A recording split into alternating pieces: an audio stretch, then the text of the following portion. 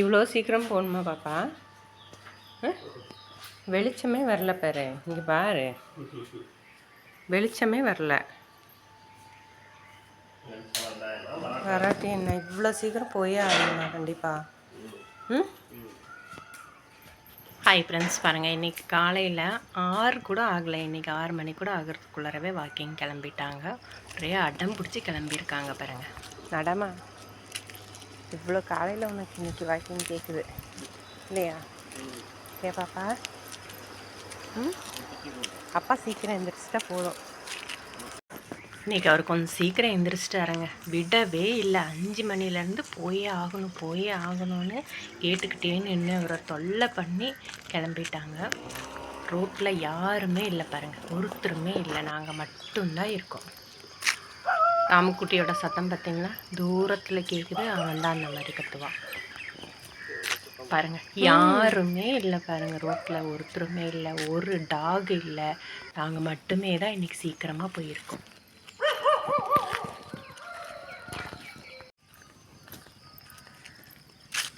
எப்போவுமே இந்த கோடு தாண்டி அந்த பக்கம் போகவே மாட்டாங்க. இன்றைக்கி வந்து இந்த கோடை தாண்டியாச்சு.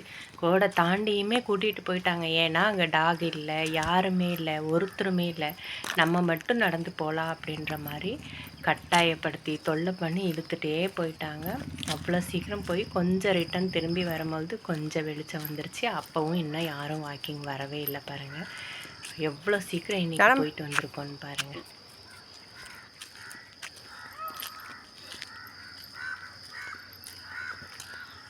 நட பார்த்தீங்களா, ஒரு இடத்துல ராமுக்குட்டியும் இன்னொரு சின்ன குட்டியும் விளையாடிட்டுருக்காங்க. ராமுக்குட்டிக்கு நல்ல விளையாட்டு, எப்படி விளையாட்டுருக்காங்க பாருங்கள். அதுக்கு தகுந்த மாதிரியே இன்னொரு ஜோடி ஒரு டாக் இருக்குது. 2 பேரும் சேர்ந்து ஆட்டம் போட்டுட்ருக்காங்க. அதையும் கொஞ்சம் நேரம் நின்று வேடிக்கை பார்த்துட்டு இருந்தாங்க பிங்கி. இது எப்படியே இன்றைக்கி சீக்கிரம் வந்துட்டோன்ற சந்தோஷம் பிங்கிக்கு. இங்கே ஒரு 2 டாகு விளையாடிட்டுருக்கு. அவங்கள பார்த்து கொஞ்ச நேரம் நின்றுருந்தாங்க. அப்படியே போயிட்டு வீட்டுக்கு வந்தாச்சு. வந்த உடனே கால் கழுவிட்டு தான் உள்ளே வருவாங்க. அப்படியே அந்த தண்ணி பிடிக்கும் போதே பார்த்தீங்கன்னா நிற்கவே இல்லை, அப்படியே பின்னாடியே தான் நடந்துகிட்டே இருக்காங்க. ஏய்,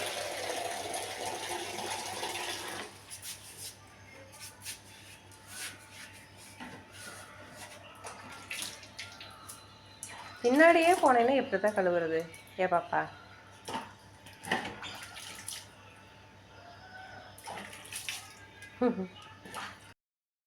அதுக்கப்புறம் என்ன, வாக்கிங் போயிட்டு வந்தாச்சு. இனி கொஞ்ச நேரம் ஸ்டெப் மேலே உட்காந்து அப்படியே வேடிக்கை பார்க்குவோம். எங்கேயும் போகாமல் இங்கேயே வேடிக்கை பார்க்கலாம் அப்படின்னு கொஞ்ச நேரம் அங்கேயே உட்காந்து வேடிக்கை பார்த்துட்டே இருந்தாங்க. நானும் கூப்பிட்டு பார்த்து திரும்பி கூட பார்க்கவே இல்லை.